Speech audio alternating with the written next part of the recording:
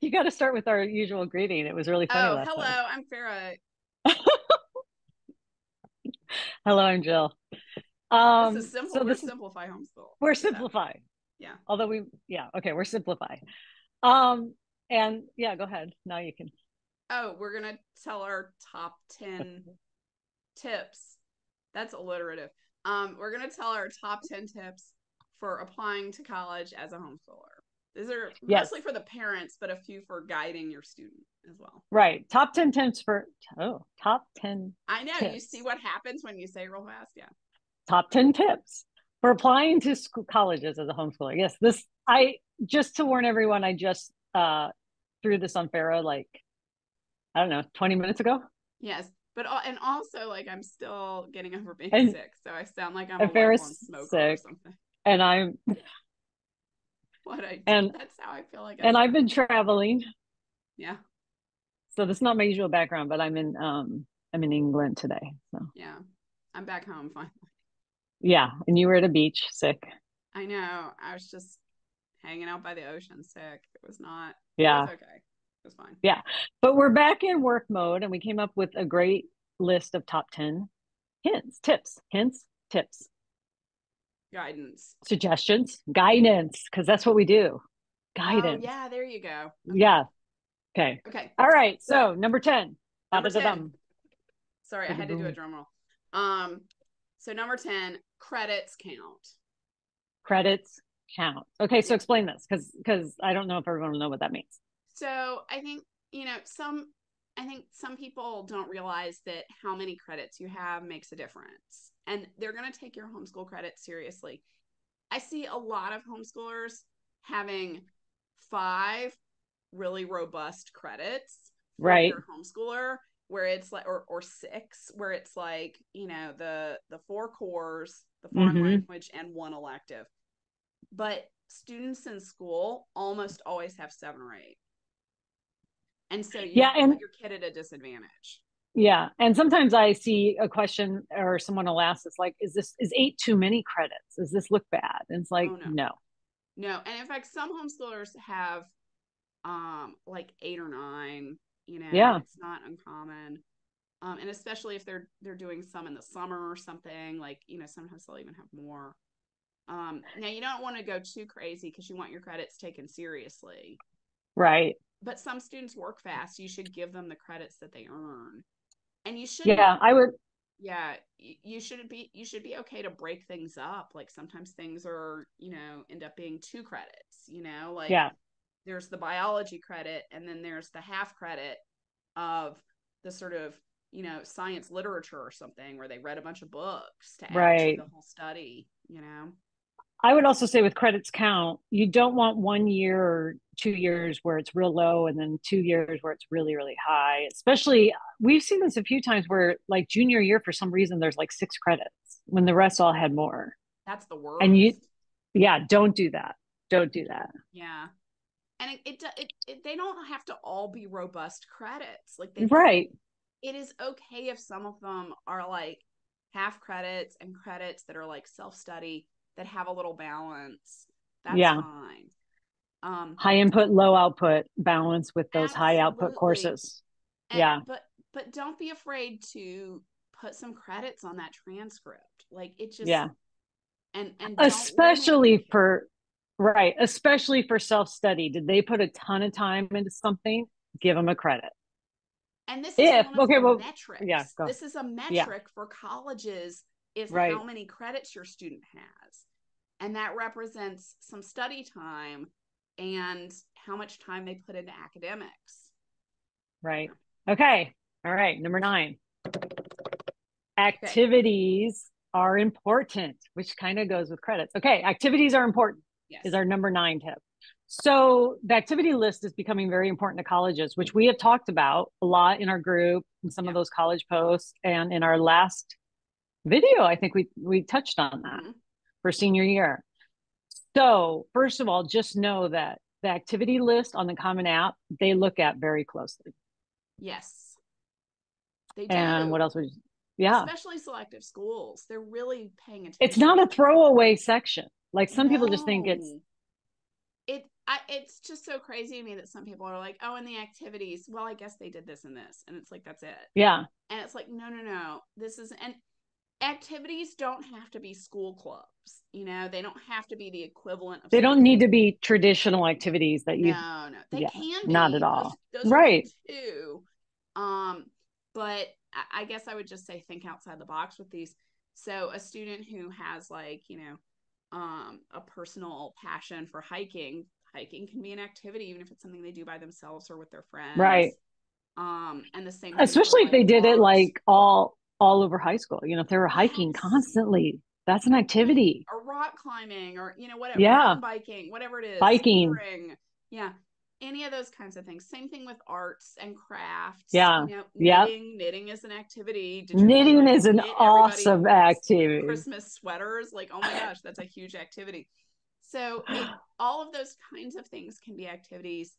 Um, and and so can clubs and Yeah. volunteering and a job. A job is an activity. Also, family responsibilities. Those are Yeah. activities. Like, does your kid babysit for their younger siblings all the time? Things like that. Fam- Family responsibilities are very well viewed by colleges, Yes. especially for certain situations. Yeah.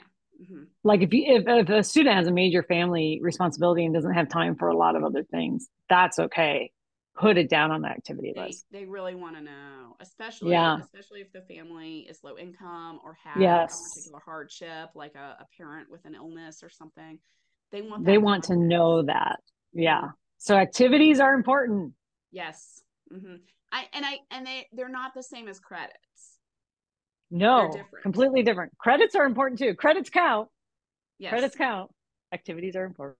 Yes. And you can, as a homeschooler, pick and choose what's going to be a Mm-hmm. credit, what's going to be an activity. And if a student has a particular interest, like if they're going to be a music major, all they've done is music, they might have some of both. They might have Yeah. some things that are the activity, which is the ensemble and the Mm-hmm. performances and the Mm-hmm. the group that they started with their friends and blah, all that might be the activity. And then music theory class and like actual lessons and Lessons. so forth Yeah. might be a credit or a half It credit just or depends how you do it. Yeah. yeah. But also the lessons might be all activity as well. Like it just Right. depends on how you break it up. And you want And to, I would know you do not have to decide how yes, those things are going to be exactly. listed until it is time to apply to colleges. So take a look, step back and look how you present your student and what looks better and what makes the most sense. Do they have a ton of credits already and low on activities? Then it might make sense to put a lot of that music stuff as activities But if you and put vice it as versa. both, whether it's a serious thing like a serious music interest, or if it's Right. just PE, like, if you put PE was horseback riding and an activity was horseback riding, they can Yeah. see that and they know, especially these more selective schools, they're really paying attention to this stuff. Right. Mm-hmm. They're looking at that, they're like, okay, that was both. Like they kind of double counted it. Like that doesn't work. Right, Yeah. exactly. So then it's undermining you a little bit, and you don't want to do that, especially for more selective schools. Right. Right. Okay. Next one. Number 8, Number 8. make a testing plan. Make a testing plan. Yes. Even Mm-hmm. even if your student goes test optional. Yeah, no, that's a testing plan, and Yeah, it's a you definite shouldn't. testing plan. You should not be in the situation where you're deciding that in fall of senior year. So this is October. something. Should we take the SAT? Should I take the SAT in October? I love these seniors who in November are like, should I take it again in the spring? It's like, whoa, no, it's too late. Mm-mm. That test is not for you. Um, yeah, no, this is something to decide. I mean, ideally, I feel like summer before junior year is sort of Yeah. or fall of junior year, Yeah. and Yeah. that's when you really start to make that plan. And at first it's a plan with lots of possibilities, right? Right. Yeah. Like of Because when it's you're going to the take, because almost every student should try and take it. Now there may be students who don't, but most students should, and some students absolutely need a score, period. And and test score always helps homeschoolers. I mean, it really yes, just does. yeah, Yeah. yeah. But I think, the same testing plan isn't right for all students. So Yes. students that So, live yeah. in a state where you can't get in without a test score, um, or you can't get in without a test score as a homeschooler, they just don't have any other option. You have to get a Right. score. They have to do it. Yeah. And you may need to get your score up a bit. And there's just no other options So with a for case like students. that, the nice thing about having a testing plan is that you start early. If you Yes, know exactly. you need that and you might have to get it up to a certain level, it's Right. better not to be at the, summer before senior year trying to do that. But I think it's also like one of the things that makes me the saddest is when there's a student who has done a lot of stuff, like a lot of dual enrollment, some Right. impressive activities. They're going to have amazing letters of rec. Right. They're an amazing writer. They've done all these things and they're taken and they have like these sort of high-ish goals. Maybe they're Right. not trying to get into an Ivy League school, but they've got, some goals and they're trying to get this SAT score, ACT score up, and they're just stuck at like 1200. And Yeah. they What take can you do? and they end up like doing all this test prep and they take it like three Mm-hmm. times. And by the third time, I'm just like, No. stop. You Yeah. don't need this. You've got other things. Stop putting your time into this and put it into that other stuff because we have now realized It's just you not. took practice tests, you did prep, you took the real thing, you did it again, it didn't raise. That's your score. It's just how it is. Plan around that because there's still Because your options. time and their devotion is just going there when they could be doing so much other stuff that helps them as a test optional student.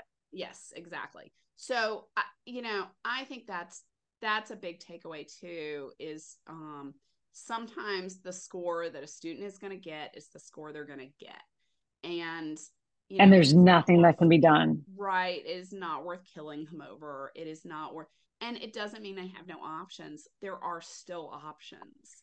One of my takeaways here, and I learned this with my twins, is that sometimes one test is better than the other for a certain student. Yes. So the twins both started with the SAT, and one of them did okay, but they wanted to try the ACT, and it was just a huge difference for whatever reason. It just Right. gave them a huge bump. So sometimes it's good to have your students start with a practice test for both and see where Mm-hmm. they land And there are and compare free them. ones for both. Yeah, Khan Academy yeah. has those Don't free don't ones. pay for it or anything like that. No. And that's the other thing too, is I would say outside of a tiny number of students whose families have the resources to do that anyway, without Yeah. really thinking about the cost, you should not be spending a ton on test prep. Um, No.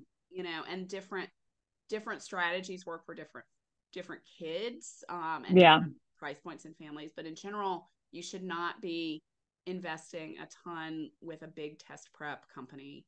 No. An individual tutor one on Yeah. one can make a big difference for a student. And Especially if it's only like maybe it's just targeted. You only need 3 lessons on this one concept, and you just meet with them on Wisant or Outschool. There's some good tutors, and just hit mm-hmm. that. Yeah, or locally, you may Yeah. find In the and just community. literally like 3 meetings, 4 meetings, Yeah. and target it. I find that is typically a better use of time. Just remember, test prep companies are out to make money. That's what they're Yes. doing. And they're And they have a big lot of business. scare tactics around tests and Yes. test They scores. always do that. They'll always tell you that there aren't options, that there's no merit aid, that there's no options, that you have Yeah. to have a test score. None of that is true. There are options. Now, whether they're the options you want, that's another question, especially Right. depending on where you live geographically, what your students' goals are. Yeah. Like it's harder in nursing, for example. It's harder in Yeah. the South. So there are some differences here, but there's options. Which, And you know what? I would just say too, like because you said that, just everything we say is not, it's a general thing. There's different things for different families. And yeah, I would just keep that in mind too. Like if you get in on a Facebook group or something, and someone's like, no, you got to do this testing this way and that. There's not one way for everybody. yes, exactly. Yeah. So keep that in mind. Don't feel the pressure. Yes, That's why you want to absolutely. start early and everything. Okay. All Okay. right. Leads us to Number 7. 7, right? Yeah. which I just said, start early. Start early. This is for both parents and students. Yes. Start early. Because what's happening right now with us? We are helping some wonderful, wonderful families. I love Yes. all our seniors and all the families. I love Me too, everybody. actually. Yeah. Yeah. We love all our families that we work with and the students and everything. But this year, for some reason, a lot of people are behind. Yeah. We're starting the process late. And it's frustrating for everybody. It is. And I think there's a lack of awareness sometimes. Some Yeah. families think that college is something you start to think about summer before senior year or fall of senior year. Fall. Yeah. And it's late. It's not that there's no options at that point, but it's late. There's always options, but I think parents don't realize, like, when we applied to college back in the day, it wasn't this expensive of everything you had to do. And Well, also, you're a it was, homeschooler. So you're a yeah, school. You have to do things that schools have to do. Schools just have those things done as a routinized thing. You have to do those. And so it yeah, just takes more work. it takes work, but I mean, it's even a lot of work for the students, though. Like, It just is. on their end, it's a lot of work, and they're doing all their senior coursework, and they may have some activities they're still involved in, and they just want to be teens. It Yep. is a lot on their plate.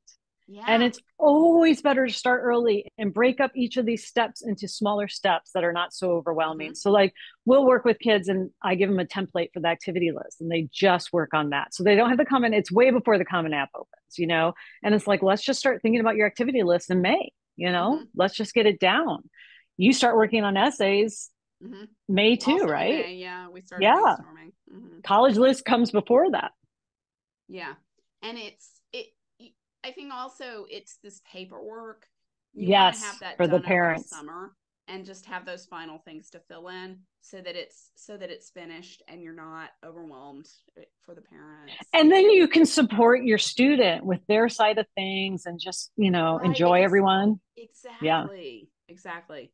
And you don't want to be switching the college list around at this point. Like, You can add one or take something off. Oh, that's really not going to work. Or, I mean, you can do a right. little, but you want the main structure of your college list set. I always tell families and kids by Halloween, you want it done by Halloween The because whole thing, the whole thing. the whole thing, including Yeah. your regular decision apps that aren't really due until Christmas. But you want Right. to, I mean, you may as well just get it all done because uh, most students have November 1 deadlines. A few have Right. October deadlines. October. Yeah. And, and you just want to get so by then you've got the main pieces done, you know, with the exception of a tiny number of students who are really shooting for the moon, on Right. a lot of schools. You have those few reach schools that only have regular decision. You can't Right. apply early. Right. You should just get it all done. And so then that's your deadline. And you got to think about how early that is. Like, people in my neighborhood are putting their Halloween decorations out right now. It is September. It And is happening. and it is happening. It is coming. The Halloween candy is in the store. You need to get this done, and so that's why you want to come into fall in August with, the activity list and the essay and the main parts of the application ready Yeah. to go. Now, the application just takes like, an hour to fill out tops. It's really not that hard. Sometimes students need to ask parents some questions like, where did you go It's to grad it's school again? especially Yeah, it's especially not hard if you have that activity list done and you have obviously your essay Exactly. set and you just Those are inputting the it. It's just hard inputting. parts. Mm-hmm. Yeah. Because sometimes there are surprise supplemental essays that you didn't realize Yeah. were going to pop up.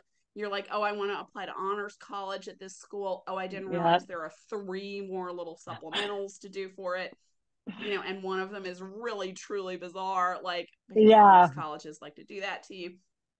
So just, you want to be ready for those and leave space for them. So have the whole thing kind of good to go so that you can spend time on those parts. Yeah. Yeah. Okay. Okay. Start early. Yep. Okay. Whose Number turn is it? It's your 6. turn. Number 6. Okay. Don't be intimidated. Don't be intimidated. You'll have to explain that. Well, I mean, by so many things. I think don't be intimidated by homeschool requirements. They're Right. not for the, like, I'll see people be like, oh no, this school is way too complicated. And I go, look, I'm like, oh, I think that's so weird. I think of that school as being homeschool friendly. And then I go, look, and I'm like, they're just asking for course descriptions and a transcript that makes sense. Like, and some schools have been burned by crazy homeschoolers so many times, which I say that with affection because we're also crazy homeschoolers. But like Is there any homeschooler who's not crazy? exactly. So Yeah. some colleges have been kind of burned by people who just, out of ignorance because they didn't know, give them like a hodgepodge of very difficult to read things. And so Right. some schools have gotten very specific, like a transcript should include a list of courses. Like, I mean, and then some people come up and read this and it's like a list of like 10 things a transcript should include. And they're like, oh my God. Like, it's Or like, no, they're no, no. offended. Don't be offended. It's not Yeah. about, if you did it right, it's not about you. Like if you used a Yeah. normal template, they're not talking to you, Yeah.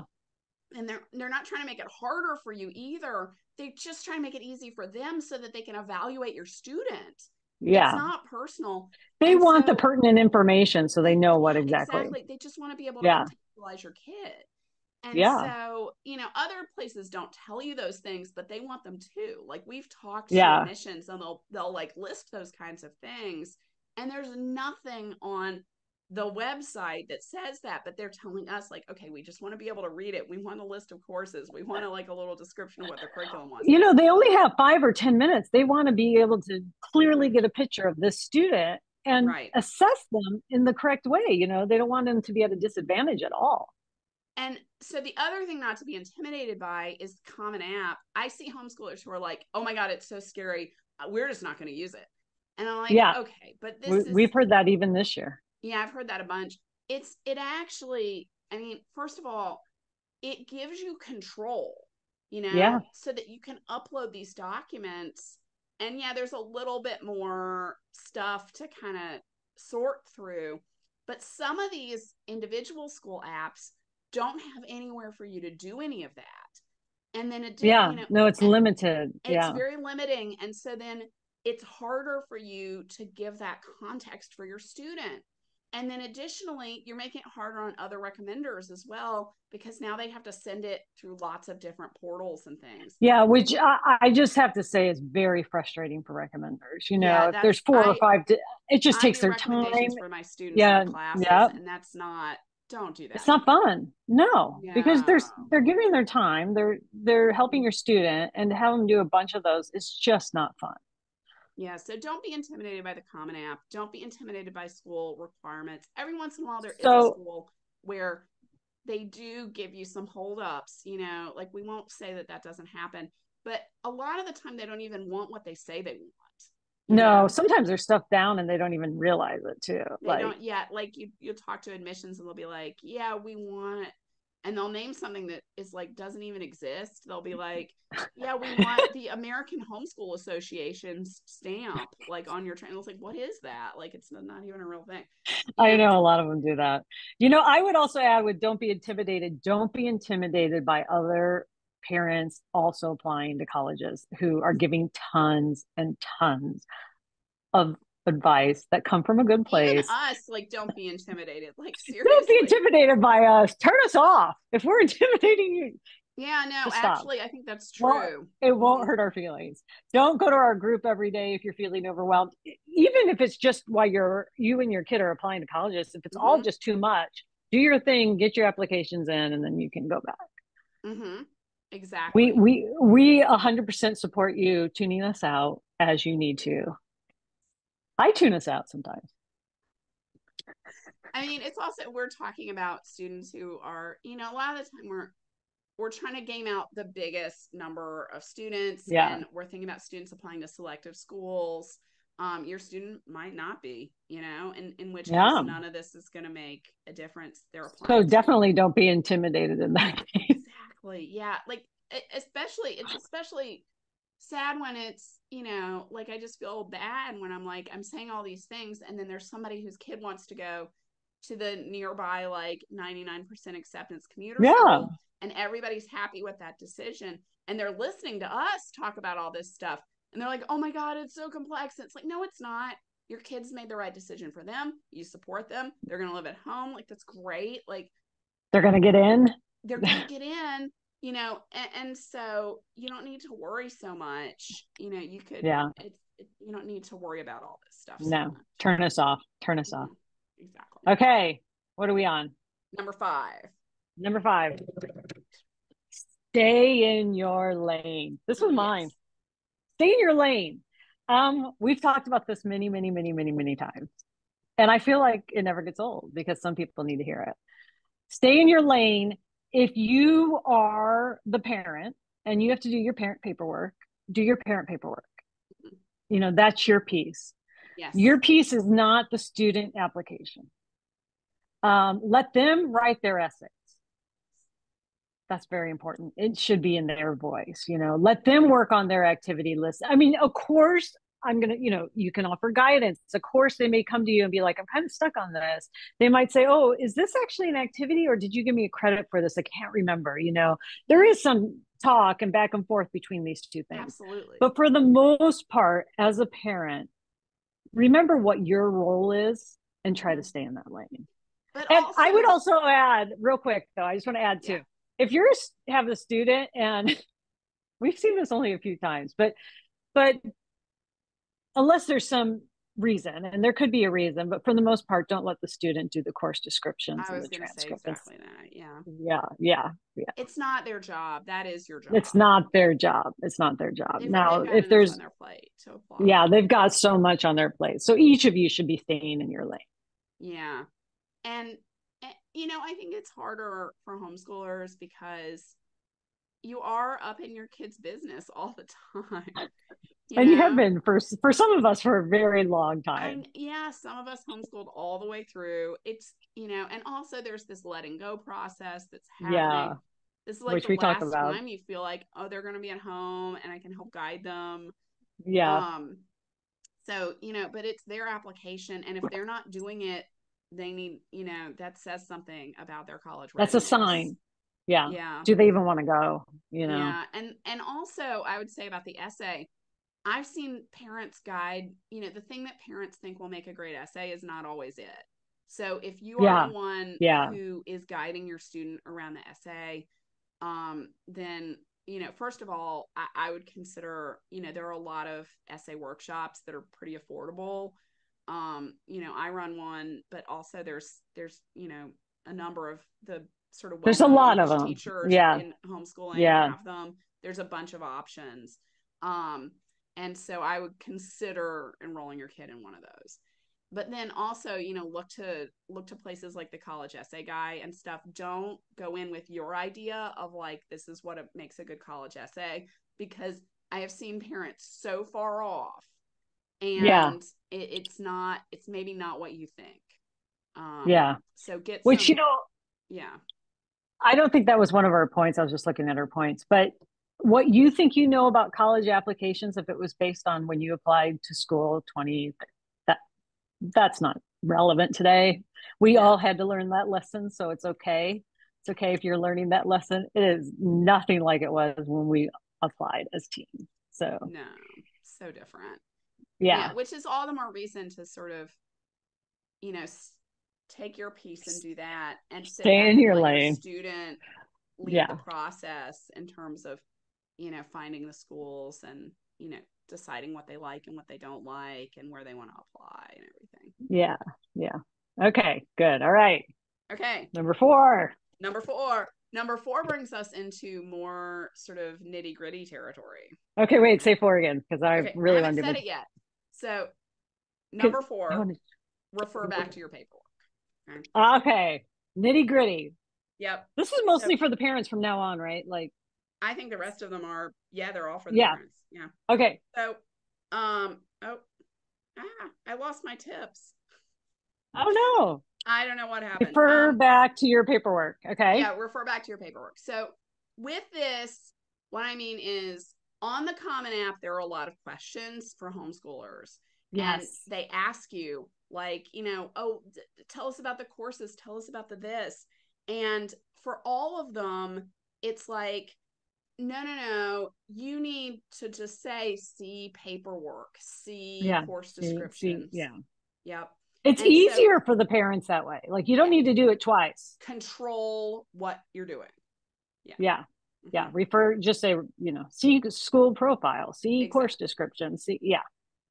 Yeah. There's not much more to add to that. I mean, just No, do but it. it is, Just I do feel like we see this a lot on, when people are navigating the Common App, they're like, oh no, Yeah. it turns out there's this whole thing.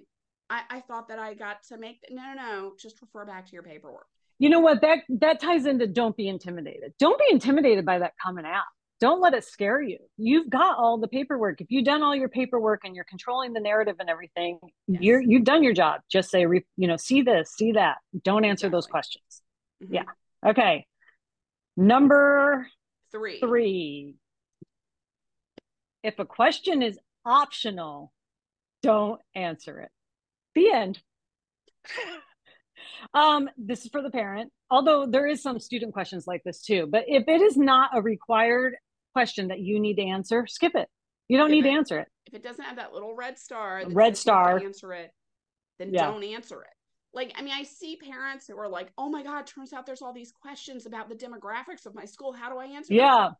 They're optional. You You don't. don't. Don't Um, answer them. yeah, just They don't don't make answer them. sense for homeschoolers, most of them. Yeah, they're just not for you. Even some of the Yeah. ones that are not optional, they're not really, nobody cares about your answer Yeah. because you're a homeschooler. Yeah. Like what's the, and some of these So don't others, be like, intimidated. yeah, don't be intimidated. Now, there are a few that you do answer. You should say what your student's GPA is, Right. assuming you're reporting GPA, which you should. Um, and that it's on a 4-point scale, probably, unless you're using something else. Most likely. Yeah. Most likely, even with weighting, that's a 4-point Yeah. scale. Even with waiting. Yeah. And it also asks if you're gonna, like, you don't have to give a counselor recommendation, but we suggest that you do. That's your counselor letter. Yeah. So technically that's optional, but suggest that you do it. So those are exceptions. But most things you should just not answer. There's a Yeah. lot of questions on there about a lot of things about how your curriculum runs and all these things. And like class rank, no, you don't do class rank. It just looks silly if you put down that your student was number one in a class of one.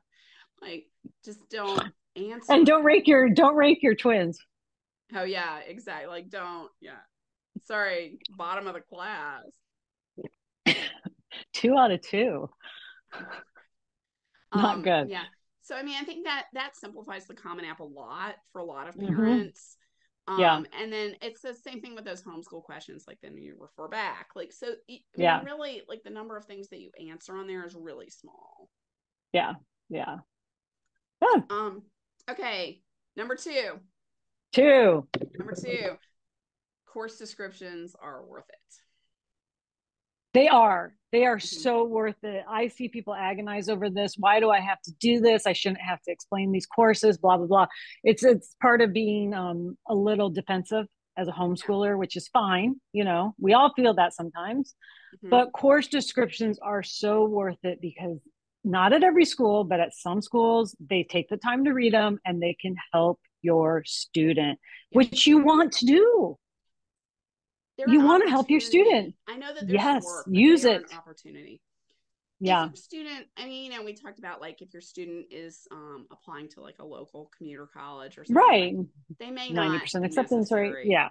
at And they all, may not but even look at them. they may Yeah. not. Yeah, no. So I mean, it really depends a little Yeah. bit, but if your student is applying to schools that are all selective, and some people don't seem to realize that a school that only admits 70% of students is a little selective. Like, Yeah. like, Yeah. that's not necessarily a walk right in school. These help your Especially student. today. Yeah, especially Yeah. today, and especially for different majors and so forth. Yeah. So, Yeah. these course descriptions contextualize your student. That's what they're looking for.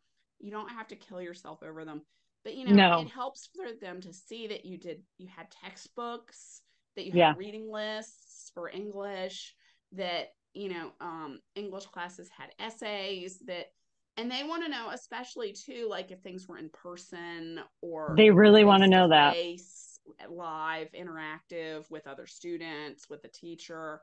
They want to know those things. They want to know how your experiments were done for science, like were they Yeah. hands-on? Did you use a lab kit? What kinds of experiments did you do for They labs? want to know about courses that are a little different, what that look like. Yes. Yeah.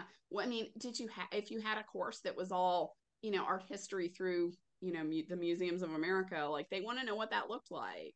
Yeah. And, Yeah. and so they want you to write that Because up with a little you can context. have a really cool course title, but if they don't know anything about it, it's not going to help too much. Right. And you don't need to spend as much time on geometry, No, or math Spanish is just too. very, yeah, Like very you just standard. don't need as much for those types of courses.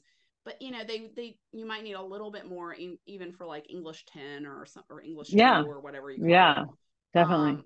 Yeah, just to give a little bit more context. And then if you do have a course that's like, the great psychological experiments in neuroscience, I mean, like they want to know what does that mean, like, Yeah. so like, Give us context. yeah, exactly. Mm-hmm. Yeah. You know what? It's not going to hurt your student. And I No. know it can be such a pain. I remember doing this the first time and I was just like, and you know me, I don't like this type. And I had hardly any notes. And I remember just thinking, what am I doing here? Yeah. But once you're all done, it feels pretty good. And it's like, wow, my kid did some really cool stuff over the last 4 years. And I just got to explain it all. And so hopefully someone will read this and be like, oh, yeah, this was pretty cool. Absolutely. Yeah. So if you start early, if you're not intimidated, you can get to these course descriptions and it will help your student at some Absolutely. place. And it Yeah. helps them. Yeah. Don't pass up the opportunity. That's the No. whole thing. Homeschoolers, I mean, really, as a homeschool parent, you have a lot of opportunity to highlight what you want to highlight and to help your student kind of stand out. So don't pass up that opportunity. It's one of the best things about being a homeschooler, honestly, when applying I to mean, I colleges. especially like don't, I especially like use this opportunity, you know, you don't want to go overboard. Like, do not write a No, page about each course, no, even these special no. cool courses. Don't Don't go write a overboard. page. Yeah. But, but do like if your student did above and beyond, like if they in the math, if in geometry they were like reading extra books or Yeah. solving things or tying it to art or something really cool, put that in there. Yeah. They want to know. And Yeah. We've had especially, parents like, should I include this? Because it's not really standard. And I don't know if I should even put it no, down. And we're like, yes, that's exactly what they're looking for. And the book list put too. it I see down. parents who are like, well, I don't want to go too much Well, with the book list. I don't right. want to list more than 2 books. Or like, what? No, Listen, list all 10. Like it just isn't especially if they read them all, you don't want to sell them short. Don't sell your students short. Should have been a 10. Yes, don't sell your student short. Well, I think that's what the course description is. Yeah. Yeah. Don't sell your Okay. students short. Our Okay. number one Number tip. one. This one Number is one. Hey, this number one. number one. Paperwork is not therapy. Yep. And you know what? We were homeschool parents.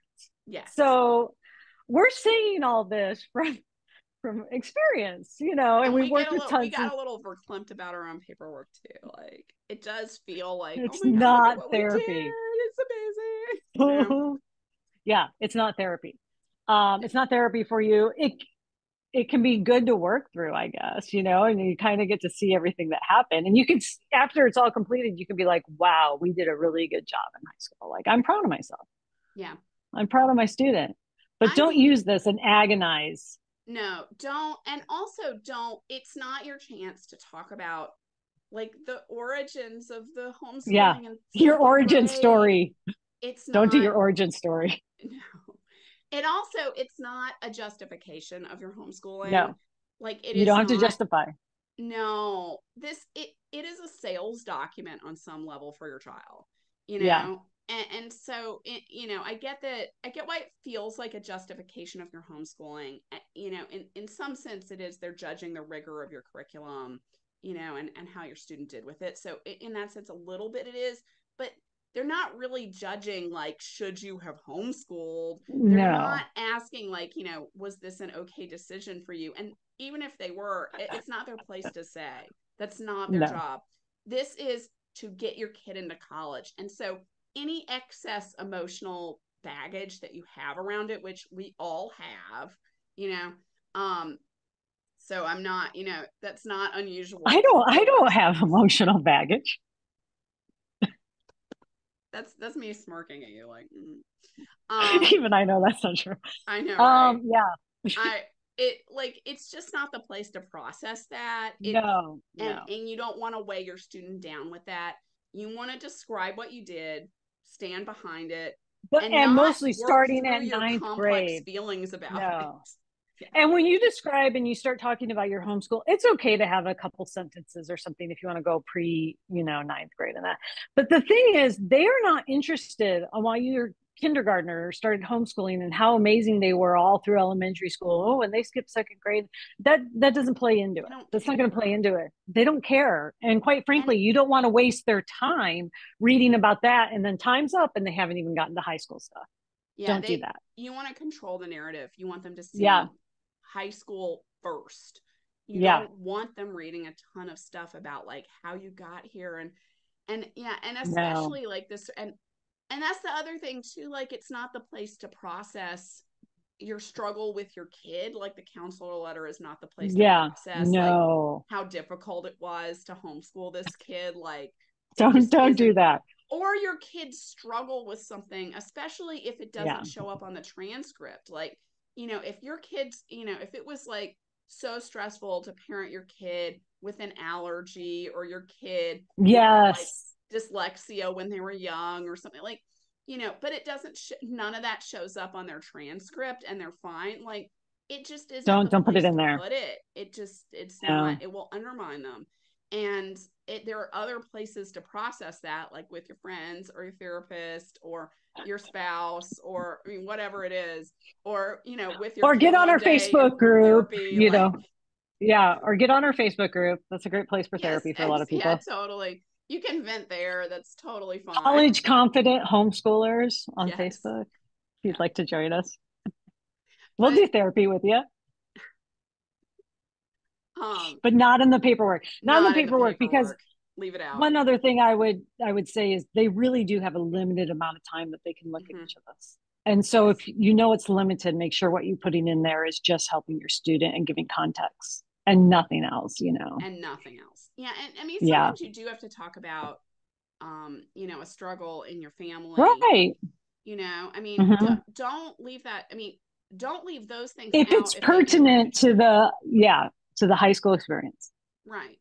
And that can Yeah. include like a family illness. It Yep. can include limitations in your finances. But again, we're Hmm. just stating these things like, or a student's learning Or disability just, or once health couple problem. sentences. Don't Mm-hmm. don't stay on it too long. Yeah, exactly. Again, it's not the place to process it. You're just No. describing it and how it impacted them. Yeah. And that's it. Don't be intimidated. I keep Yeah. going. That was a really good one. Did we start with that one?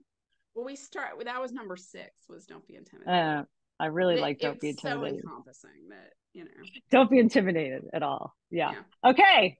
That were our top 10 tips Top for 10 applying. tips. Top 10 tips. 10 top tips. Um, 10 top tips. Is that what it was? Tippy top I tips. didn't write down I gotta edit this thing.